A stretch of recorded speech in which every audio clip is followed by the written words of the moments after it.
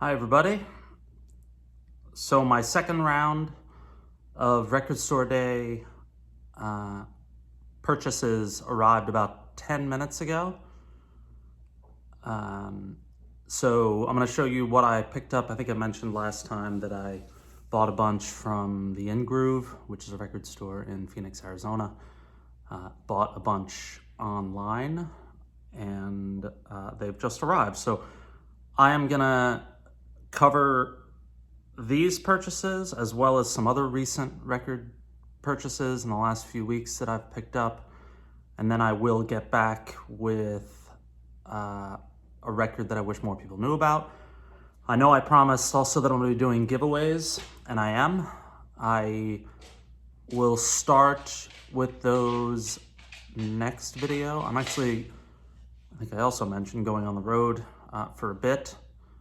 So I'll be doing some videos from the road.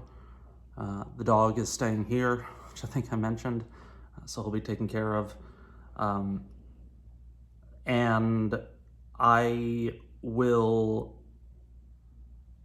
start those giveaways, but will not be able to ship them. So just want to get expectations right here. Will not be able to ship them until I'm back, which is in sort of second to third week of July-ish. So if I do them, which I plan to in the next few videos, may do them from different cities and record stores, I will, you just have to be patient in terms of whoever is a winner will have to hold out until I return. So here are the records that just arrived from the In Groove. Thanks again to the folks there for shipping these out. You always package everything very well. You do really good videos. And I'm grateful to have a bunch of these records that I probably otherwise wouldn't have. So here's the first one.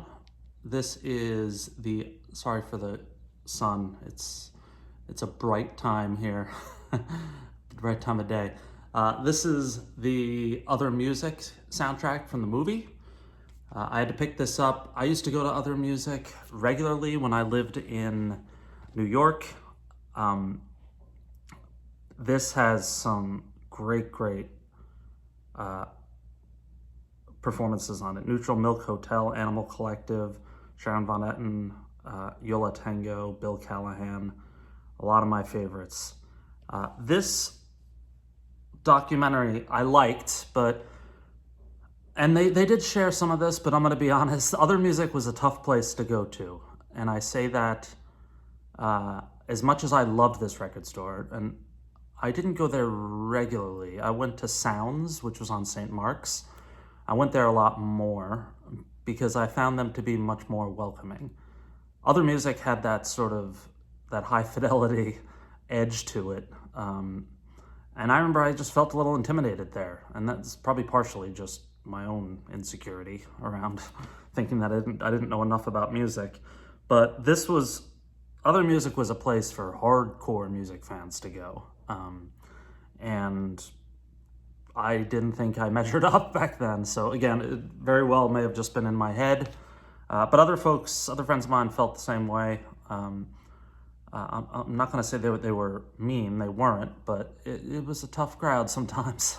But I remember some of the records. I should have taken the one record that I bought there, the Spain record, the album Spain. She haunts my everything. I remember I was in Other Music and that was playing, and it was one of those moments, like a high fidelity moment. And I went up and I said, "What is this?" They told me, and I bought the record on the spot, and still listen to that record pretty frequently. But Other Music, the soundtrack looks great. I did like the movie, but I have sort of mixed feelings about Other Music. They closed shop a few years ago. It was a staple in New York, one of the coolest record stores, and I did buy tons of records there. But that's my take on Other Music. Next, I don't own any Janis Joplin on vinyl. And the other day, I was out on my walk, which I do now. I go for long walks, which are therapeutic mentally and physically, I guess. And a Janis Joplin song. I think it was just the basic Me and Bobby McGee came on, and I was like, well, I love this song. I think it was that one. But whatever it was, I was sort of taken by it, like I typically, just Janis Joplin has never really hit me. And it happened, I think, the day before Record Store Day. So I saw this and said, "It's a nice picture disc. This is, I hope it sounds good."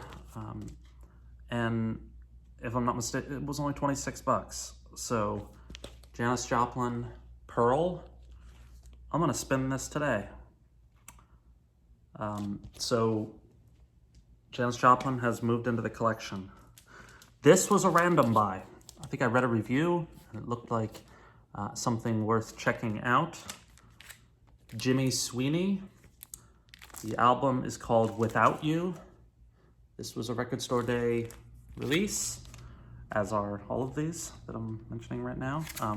So I rarely do sort of just the random buy on something that I'm not that familiar with, but I did it with this one, and we'll see. I think I read one review. Petty, like many people, had to get the Tom Petty. I'm a completist when it comes to Petty, and I see that Walls is on this, one of his best songs, covered by Sunvolt, covered by my friend Dave.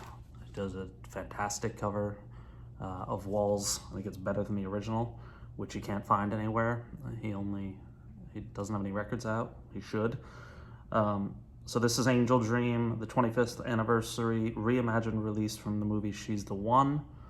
Cobalt blue vinyl. Tom Petty, looking forward to this. And the one that I wanted the most, outside probably of the Grateful Dead, which I did not get, is End of Amnesia by M. Ward.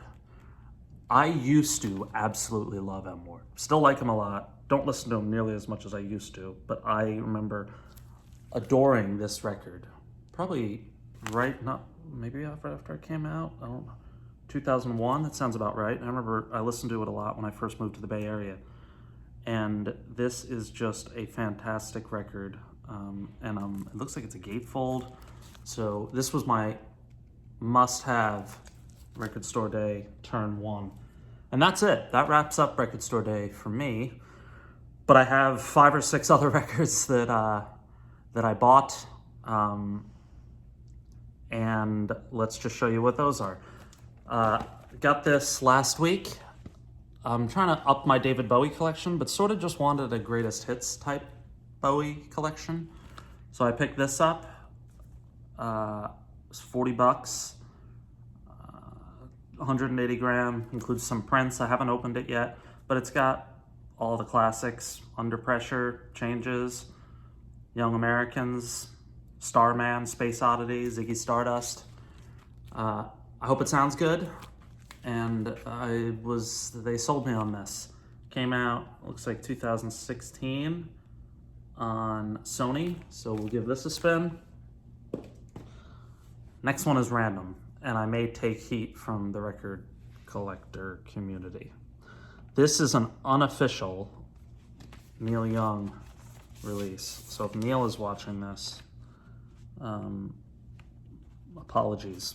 I bought, I think, every record you've ever put out on vinyl. So I even subscribed to your streaming service for a while. And I saw videos from this performance on YouTube and was floored. So I bought an unofficial CD, because you can't get it anywhere else, and the vinyl. So this is Neil Young and the International Harvesters, Austin City Limits, 1984. I played it. It sounds pretty good. It was one of those spur-of-the-moment purchases. When I made the purchase, I don't think I knew that it wasn't official. It looks like it was put out 2020 by Parachute. I don't know who that is. So I don't know if this is Neil Young blessed or not. And if it's not, again, apologies, Neil, but I'm a completist. And the YouTube videos of this, I think, are fantastic. I don't know if people think this is a good performance or not. I love it. It's very Neil Young sort of alt country, fiddle, and it's beautiful, especially for the time. mid 80s. Opens with a blistering "Are You Ready for the Country?" So Neil Young. I found this used for $2. Cat Stevens record that was just reissued for like $1,000.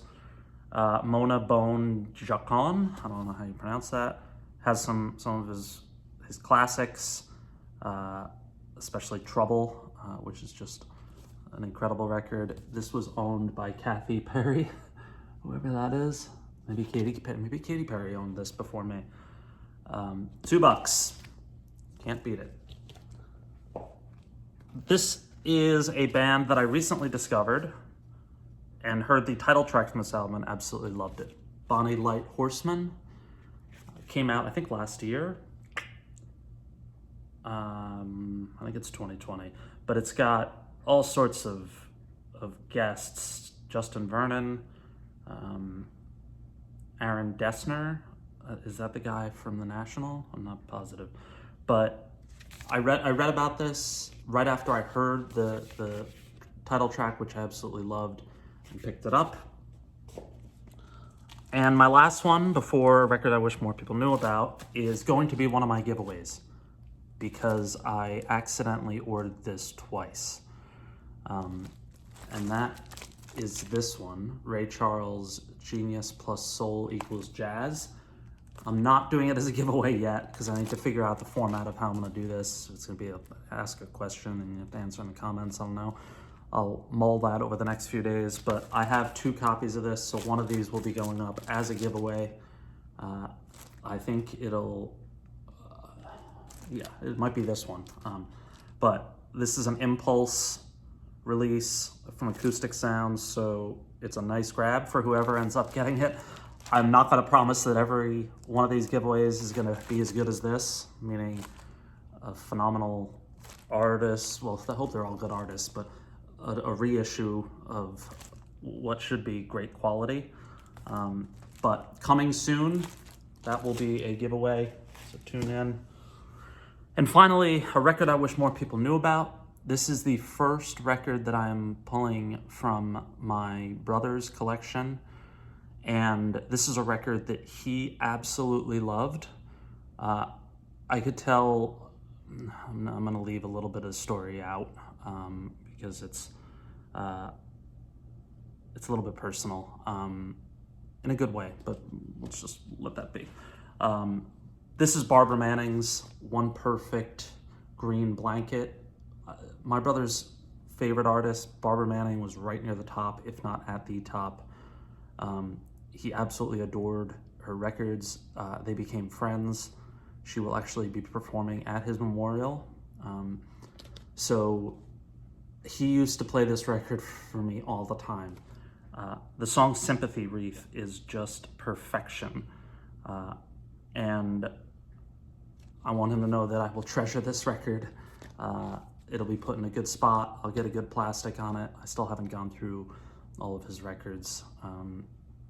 For obvious reasons, it's a little bit tough, but this record, I don't think this record is on streaming services, so you may have to pick up the CD or the vinyl. The song Sympathy Wreath is, and all these songs may be, there's like different compilations for Barbara Manning, so I would check this out. She is an incredible talent, LA based. Love the baseball cover. And that's it, short and sweet. Again, I'll be hitting the road soon. Reminder, every sub is $1 to Backline. So I think we're at 560 something. So we've already contributed 500. An additional 60 has already been made. And all the new ones will add up. And my goal, I don't know, we're in June. Maybe we can get to 1,000. I don't know if that's possible. Maybe 800, maybe 700. But whatever the delta is, minus 500 that we've already paid out, will go to Backline, which is, again, an organization that helps folks in the music industry find mental health resources. So something I believe strongly about, and I'm sure many of you do too. And all it takes is to hit that subscribe button. Yep, I actually am turning into one of those people. I'm not. I am. I don't know if I am. I will see you from the road, or right before I leave for the road. May do one quick video. Thanks for checking in. Hope you're well. I was going to say enjoy your weekend, but it's only Wednesday. And I actually have a lot of work today and tomorrow. So I will see you soon, and thanks for stopping by.